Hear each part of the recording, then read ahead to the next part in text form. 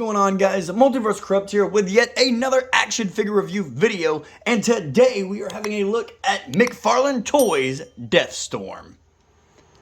As always, guys, starting off this video taking a look at Deathstorm's packaging, and it is pretty straightforward. But of course, as we see, it comes with the Build-A-Figure, so the box is a little wider than what we're used to. But of course, the box does still come with the open face window with the classic blue, black, and white, with DC Multiverse down here at the bottom and Deathstorm down here as well, with Collect to Build Atrocious figure part number 2. Right over here on the side, guys, we see that it is Deathstorm from the Blackest Night comic. And on the back is this phenomenal shot of Atrocious just spitting the blood. Down here, of course, is the other figures that are within this wave, with the Blackest Night Batman, Deathstorm, Kyle Rayner Green Lantern, and the Blackest Night Superman. Nothing really going on over here on the side except DC Multiverse and Deathstorm. Have a little upside down there. Deathstorm. And of course, on the bottom, here is the barcode for you barcode guys. So with all that said though, guys, let's go ahead and rip Deathstorm out of the packaging and get right into this review. The result of deceased Firestorm being taken host by Black Lantern Ring, Deathstorm joins the rank of the undead Black Lanterns set on destroying all life as we know it throughout the universe. As a key threat in Blackest Night, Deathstorm is a part of the siege on Earth to defend the Black Lantern Battery and tasked with fighting the remaining members of the Justice League. So of course, guys, here we have Deathstorm out of the packaging, and first-hand impressions, I think that he is absolutely perfect. It is a lot of black, it is very few silver, but I do think that it is a fantastic figure altogether just by looking at it, just out of the packaging, and really getting a quick hands-on with this figure. I think it is a wonderful new addition to my collection, and it's going to look just fantastic, sized up and lined up with the other Green Lanterns, Yellow Lanterns, and soon to be Red Lanterns. In terms of accessories, guys, starting off, let's go ahead and get this out of the way. He does come with the second part of Atrocious is Build-A-Figure Wave, and I think that these look absolutely fantastic. I think the head sculpt on Atrocious is just one of the scariest we've seen in terms of Atrocious, and just the design right here. This is not just painted line, guys. This is detail going through the back of his head, just all the way around. I do wish that these wrinkles and stuff kind of traveled up into the head as well. Maybe a little extra because it's just kind of this blob of red paint just over the top. But I can see where they added a cut to where it's like the uniform or the suit is just covering over the back of his head as well. But I do think this is a fantastic head design for Atrocious. And of course, we do have his shoulder pads as well. And I think that it is a very soft plastic.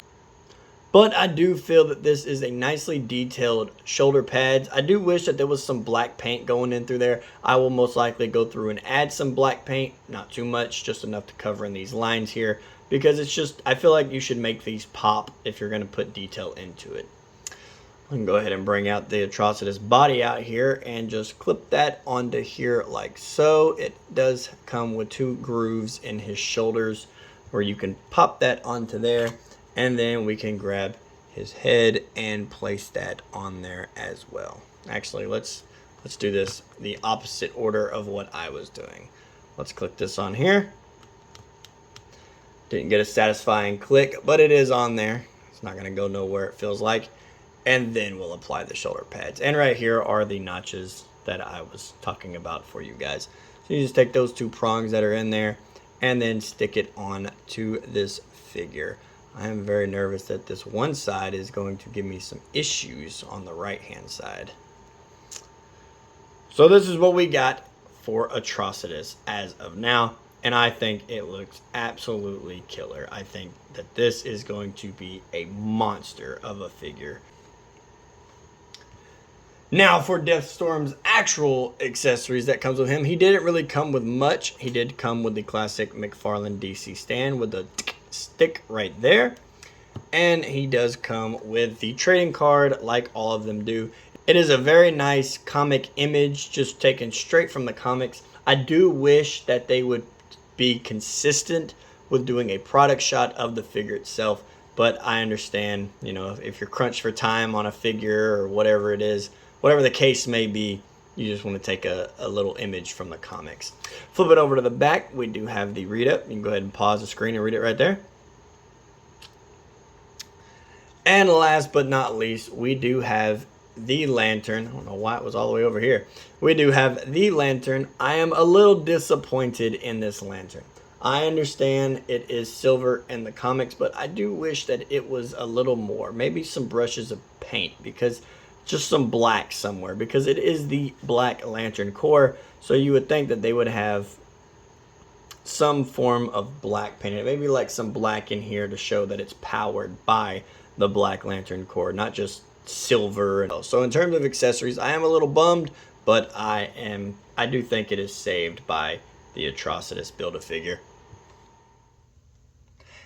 In terms of detail on this figure, guys, I think McFarlane actually did a fairly good job. Besides the paint just being, you know, just charcoal black all over the place, when it comes to detail, I think they did a fantastic job on the head sculpt with the flame effect. And who knows, if you're a big-time Marvel fan, I personally think this is a decent Ghost Rider if you want to make a custom Ghost Rider. So if you guys make a custom Ghost Rider, send me a picture. I'd love to see that. But for this figure being Deathstorm, I think that this is a phenomenal head sculpt. I think that they did a fantastic job. I will say at first glance, you can kind of see it right there on the side of the head. I thought this was a paint mistake. It might as well be, but it is over here on this side as well. So if it's on both sides, I would say it is intentional. As for the body, I think the body mold is a job well done in my book. I think that they just knocked it out of the park, and you can actually see some wrinkles with the uniform itself. It's not just, you know, a muscular build. It actually has some detail showcasing that he is still wearing his Firestorm uniform. And of course, they do have the gene splicer going across his chest with the Black Lantern Corps emblem right there in the middle. As for the McFarlane diaper and design down here, I feel like they did stay true to the comics, as you can see within the comic image here. The suit is pretty much just ripped straight out of the comics, and it's very few details that they missed. It is a big slathered coat of black paint throughout the figure, so if that is not your thing for the Black Lanterns, maybe you can add some silver here and there. Maybe make these some silver-esque, or give it like a kind of a wash over it to try to make the shoulder pads stand out if you wanted to. I know personally I'm most likely just going to leave it like this, because black and silver to me just kind of go together. It just fits. As for the Black Lantern ring itself, it is on there. It is sculpted, but you can't really see, like, they didn't put like an emblem on there like they do for like the Green Lantern Corps. It is just a black glob of, not a black glob of paint, but it is a sculpted ring that is just painted black. I guess you can get closer, and yeah, it's just too small compared to the Green Lantern rings. If I can find one that actually has one partially on here, let me go ahead and pull up Kyle Rayner, and you can see that they attempted, just like with Kyle Rayner, you can see that they kind of included a Green Lantern logo sculpt in there with a slab of paint. But compared to the Deathstorm ring, there is nothing, and it is just that black paint on there. So in terms of detail, guys, I feel like they did a fairly good job, especially coming down here where it comes to the boot and shin guards. I feel like they did a fantastic job, and this figure is sculpted to the nines, and they just knocked that detail out of the park. Let's go ahead and back the camera back out and see how tall this figure stands and get into some articulation. In terms of size for this figure, guys, he does stand a little bit taller than the 7-inch mark. He stands at about, looks like the 7.5, but if you want to count to the tip of his flame, it is about 8 inches tall. So it is just a little bit taller than McFarlane's 7-inch scale, but I guess if you're trying to make a monster-esque type figure, being taller is the way to go. In terms of articulation, let's go ahead and get around here, take him off the stand, and we'll take a closer look at that. With his articulation, his head does look up, so it is good for the flying poses. It is more in his torso, though, I would say. But his head does look up. His head also does look down, but he does have a pointed chin, so that's about all you're going to get in terms of looking down. And he does rotate all the way around on that ball joint within his head. His shoulders do go out all the way to about 9 degrees due to his shoulder pads, so don't be expecting to rotate them all the way. They are a soft plastic, so don't worry about breaking off his shoulder pads when you pick them up and get him snagged on something. He does indeed have the bicep swivel as well. Mine's a little tight, feels like. My shoulder's very loose, but it is a little tight. There we go. Get it to rotate all the way around so you guys can see that beautiful bicep swivel. And he does have double hinged elbows as well. When it comes to his wrist is on a ball joint and a hinge and peg. It is that new wrist joint that McFarlane is doing. And I do apologize if you guys can hear the geese flying over my house right now outside. As for his torso doesn't so much as go side to side, but it does get a little bit of the ab crunch forward. So it looks like McFarlane has been listening to us, and he has been implementing that ab crunch to look forward more. Why have it if you can't use it? You know what I mean? Due to his waist articulation, his waist does rotate all the way around. Just flips all the way around there. And his legs do kick out about that far. And they kick back about that far due to the rubber buttocks being in the way. His legs are also on a double hinge joint as well. And it does have the ankle articulation. And it is that new one, not just a random ball placed inside. So they articulate down, they articulate up. Toe articulation, and he does have ankle pivot. He does have a little bit of the shin guard going all the way down, cupping to where it finishes his boot, but it does not actually get in the way for that ankle pivot.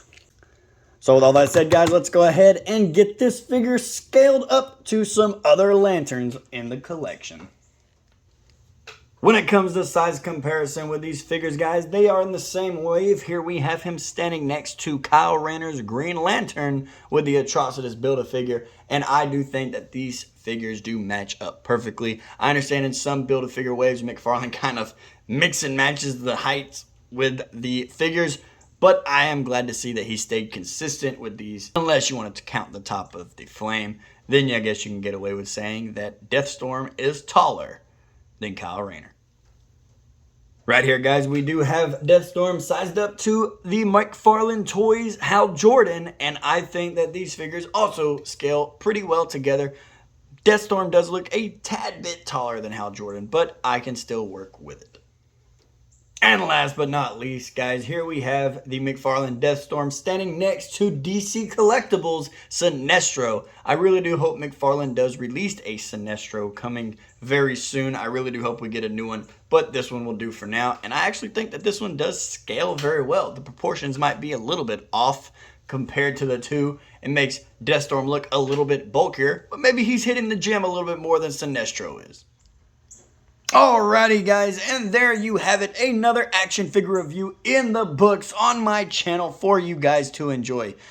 When it comes to my rating on this figure, I am going to give Deathstorm a solid 8 out of 10. I really do dig this figure. I think this figure is phenomenal. I just wish in terms of accessories that we got a little bit more. I'm grateful for the lantern. We don't see a lantern very often when it comes to any kind of Green Lantern or other Lantern Corps figures. I would have really loved some black, like, blast effects or constructs or just even some, you know, firestorm powers in general. Just something a little bit more. So this figure is going to be the solid 8 out of 10 for me. When it comes to this video, guys, I really do hope you enjoyed. If you did enjoy, hit that like, hit subscribe if you haven't already. Leave me a comment. I love interacting with the community. So make sure you drop me a comment and say hello. And I will see you guys in the next video. Later.